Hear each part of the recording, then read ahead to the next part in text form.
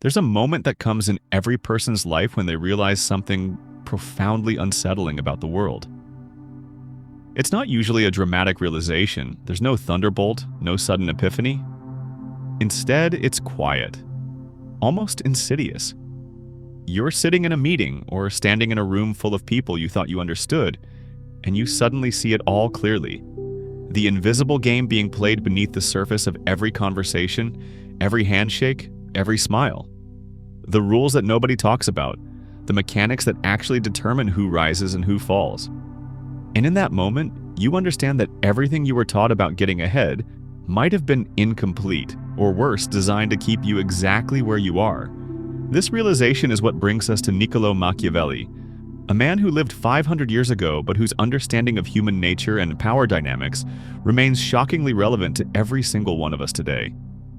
Not because he was evil, though many would paint him that way.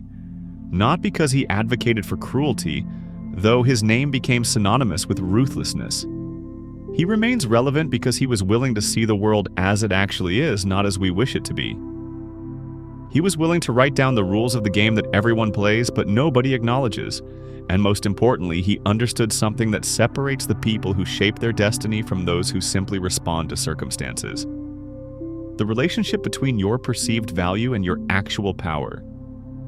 The conventional wisdom has always told us that virtue, hard work, and moral integrity are the pillars upon which success is built. Be honest, be fair, work harder than everyone else.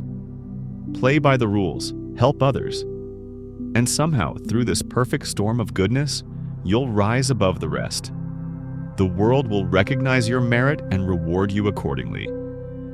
It's a beautiful story. It's also in many fundamental ways incomplete. Machiavelli understood that this story, this narrative of pure meritocracy, works wonderfully in theory and in Sunday sermons, but in practice, in the real arena where power actually shifts hands, something else is happening. Something far more sophisticated. Something that requires a different kind of intelligence to navigate. Picture yourself in a position where you're competing with others for a promotion, for recognition, for influence. You have a certain skill set.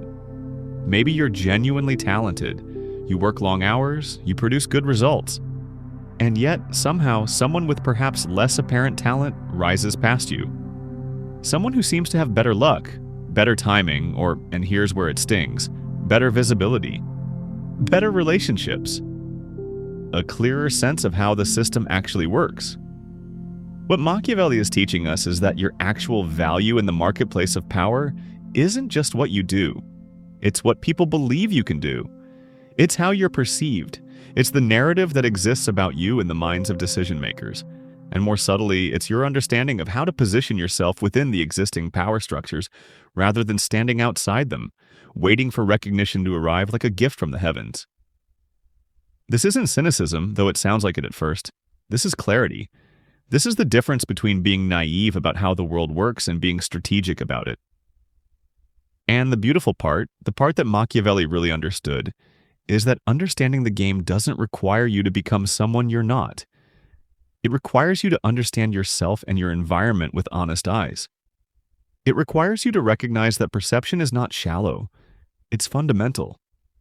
That relationships aren't some superficial addition to real work. They're the architecture through which real work gets recognized and rewarded. That timing isn't luck. It's an awareness of how forces move and intersect. Let's travel back to Italy, to the beginning of the 16th century. Florence is in turmoil. The great city-states are collapsing, reforming, colliding with each other like atoms in a storm. Families rise and fall. Alliances shift overnight. The Medici family, one of the most powerful banking dynasties in history, has fallen from power. The Sforza family is struggling. Rome, the eternal city, is fractured. And into this chaos, Niccolo Machiavelli enters as a young man with ambitions, with intelligence, with the desire to understand and shape the forces around him. He's not born into supreme power. He has to earn it. He has to navigate it. And in doing so, he becomes obsessed with a single question. What actually determines who wins in this game? He moves through the world observing. He becomes a diplomat. He travels to the courts of kings and military commanders. He watches as weak men cling to power through cunning, while strong men lose everything through naivety. He sees leaders fail not because they lacked capability, but because they misunderstood the landscape they were operating within. They were brilliant in isolation but blind to context. And he begins to ask the questions that nobody else is asking. Not, how should the world work? But how does it actually work? Not, what are the virtues that men should possess? But, what are the virtues that actually lead to power and success in the real world? These are uncomfortable questions. They require you to shed some of the stories you've been told about how the world rewards goodness. By the time Machiavelli writes his most famous work, The Prince, he has lived through decades of political intrigue, diplomatic missions, imprisonment, torture, and humiliation. He has seen what works and what doesn't from a vantage point few people ever achieve. And what he documents is something that most of us have intuitively felt, but never had the courage to articulate clearly. He writes about the importance of being feared versus being loved. He argues that it's better to be feared because fear is consistent while love is fickle. He suggests that breaking promises is sometimes strategically superior to keeping them, if the circumstances have changed and the other party would do the same to you. He advocates for the use of violence when necessary, not out of cruelty but out of pragmatism. He describes the art of appearing virtuous even when you're not entirely so. And most importantly, he establishes a completely different hierarchy of values than what the church and traditional morality would have us believe. Now, before we continue, before we let the modern reader reject this out of hand, we need to understand something crucial about what Machiavelli is actually doing. He's not writing a moral treatise. He's not saying that this is how the world should work. He's not arguing that virtue is worthless. What he's doing is writing an operating manual for reality. He's describing the actual mechanics of power, the actual forces that determine success and failure, so that if you understand the game, you can play it more intelligently. It's the difference between a book that tells you what good parenting should look like and a book that describes what actually makes children succeed in the real world. Both have value. Both are true in different ways. But they're not the same book. And here's where his insights become incredibly relevant to you, specifically in your life right now. Because Machiavelli understood something that separates masters of their destiny from victims of circumstance. Your value in any system is not determined by what you actually are. It's determined by what you're perceived to be, what value you're understood to provide, what threats you're understood to represent, and what role you occupy within the structure of power around you. This isn't sinister. This isn't about being fake. This is about understanding that all of human social life is to some degree a performance. We all wear different masks in different contexts. We all emphasize certain aspects of ourselves depending on our audience. The question isn't whether to do this. You're already doing it. The question is whether you're doing it consciously or unconsciously. Consider the person who is genuinely skilled at their work, but has no relationship with anyone in power. Their skill might matter, but only in a limited way. They'll get paid for their output. They'll receive the standard rewards for standard performance. But they won't be considered for the exceptional opportunities. They won't be the person called when something really important needs to happen. They won't be the one whose voice carries extra weight in meetings. Why? Not because they're not talented, but because nobody who matters has internalized their value. Nobody in the power structure has invested in them, believed in them, or positioned them for greater things. They exist in a kind of professional isolation, no matter how brilliant they actually are. Now consider the person who understands the game. They understand that being good at their job is the baseline, the minimum required entry. But they also understand that they need to be visible to the right people. They need to build relationships with those who can influence their trajectory. They need to understand the narrative about them that exists in the minds of decision makers and proactively shape it. They need to position themselves as someone who is not just competent, but essential. Someone who understands the larger picture, not just their narrow domain. Someone who can be trusted with bigger responsibilities. And most importantly, they need to understand when to advocate for themselves, when to withdraw, when to form alliances, and when to create a little strategic distance. They're playing the game consciously rather than being played by it unconsciously. This is what Machiavelli means when he talks about increasing your value. It's not about becoming more. There is a strength the world cannot touch. A strength that doesn't beg for attention. A strength that doesn't rise and fall with people's moods. A strength that stays standing when everything and everyone walks away. I'm talking about a different kind of strength. The kind that grows in silence. When nobody is clapping for you. When nobody is watching. When excuses have nowhere to hide. Most men fear solitude for one reason. Solitude reveals who you really are. And that truth can feel brutal. When you're alone, you can't perform. You can't blame your mood on the room. You can't copy the energy of other people. You can't borrow confidence from attention. It's just you and the truth. And that truth can feel brutal. Because solitude doesn't only show your power, it exposes your weakness too. It shows you the habits you keep dodging. The goals you keep talking about but never touch. The emotions you keep burying under noise. The fake identity you built just to fit in. That's why most men stay busy. They fill every empty moment with noise. They stay surrounded. They keep relationships they don't even respect because loneliness feels safer than self-honesty. But society lies to you. It teaches you that being alone is a problem. That connection is safety. That approval equals value. That if you're not constantly seen, you don't matter.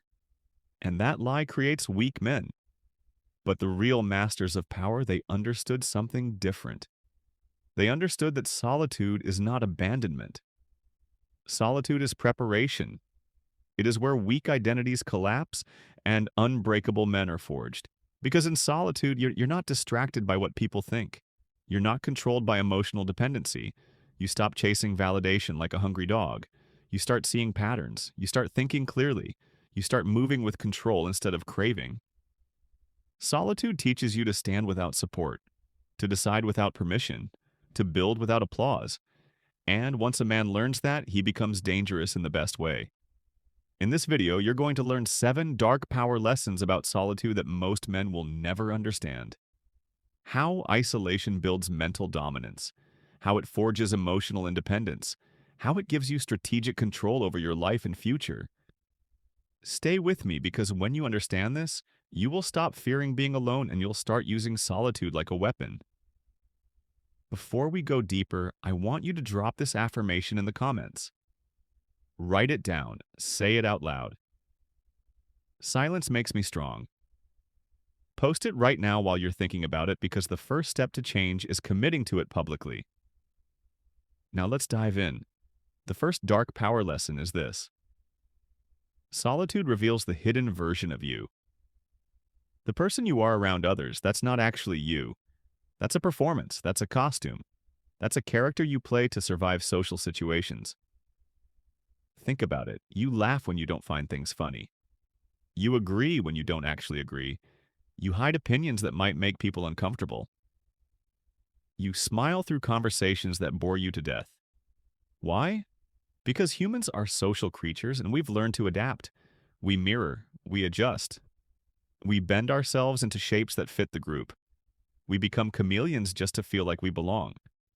But here's the problem with that. When you spend all your time performing, you forget who you actually are. You lose touch with your real thoughts, your real desires, your real instincts. Your authentic self gets buried under layers of expectations and fake smiles. The version of you that people see at work, at parties, with your family, with your friends, that's not the real you. That's the version you've trained yourself to be. But in solitude, something different happens. Solitude strips away performance. No audience, no validation, no mask. In isolation, a completely different version of you emerges. Calmer under pressure, colder in decision-making, ruthless when necessary. This version is not shaped by comfort or applause, it is shaped by clarity. Think about the last time you were truly alone for days. Not just a few hours, not just an evening. I mean days without seeing anyone, without talking to anyone, without the pressure to be on, without the need to impress anyone. What happened? At first, it probably felt uncomfortable, maybe even scary. The silence was too loud. Your thoughts were too honest. You noticed things about yourself you'd been avoiding for months, maybe even years. But if you stayed in that space long enough, something shifted. You stopped caring what imaginary people thought. You stopped rehearsing conversations in your head before you had them. You stopped worrying about how you looked, how you sounded, whether you were likable. And in that space, the real you woke up. The version of you that doesn't need permission, doesn't need approval, doesn't apologize for taking up space. This is the version that the greatest men in history understood. They knew that power begins when a man stops needing to be liked. Because when you need to be liked, you're controllable. People can use your desire for acceptance against you. They can guilt you. They can pressure you. They can manipulate you into doing things that don't serve you. They can make you do their bidding. But when you've spent enough time alone, when you've faced yourself in complete silence, you become immune to that manipulation. You stop moving based on what feels good socially. You start moving based on what's actually right for you, based on your values, based on your vision, based on your authentic purpose. That's the hidden version of you, the one that only shows up when the crowd disappears. And here's what most people don't realize. That version is stronger. It doesn't panic when left alone.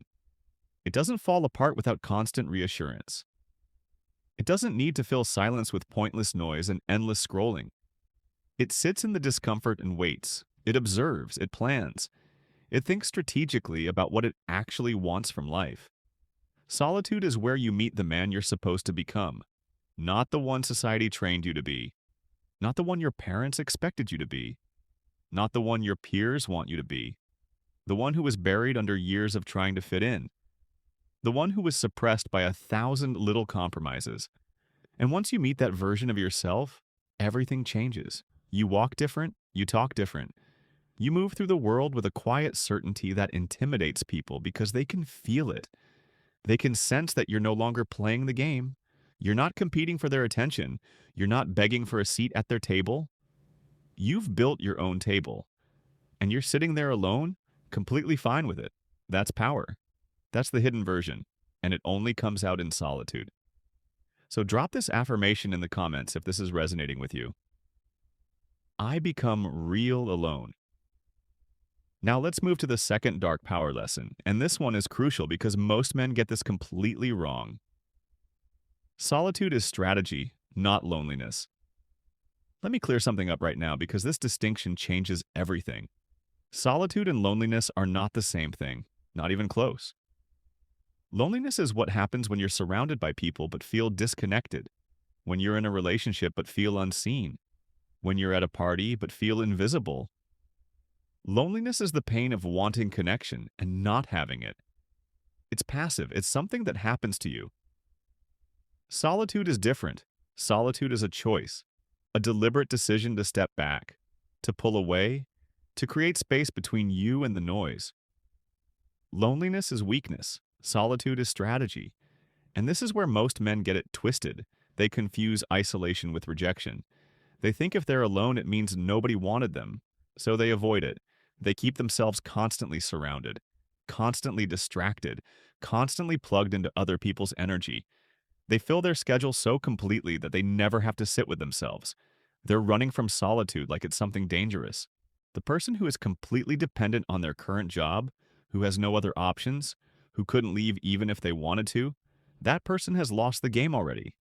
They might not realize it yet, but they're now operating from a position of weakness. And in that position, they're going to be exploited. They're going to be underpaid. They're going to be asked to do things that they don't want to do. They're going to be mistreated because the other side knows that they can't leave. Machiavelli would tell you, never let yourself get into that position. Always have options. Always be valuable enough that other people want you. Always be building your skills and your network so that you could walk away if you needed to. And here's the beautiful part. When you operate from that position of strength, when you're not desperate, when you have options, you actually get treated better. You get paid more. You get more respect. You get more flexibility.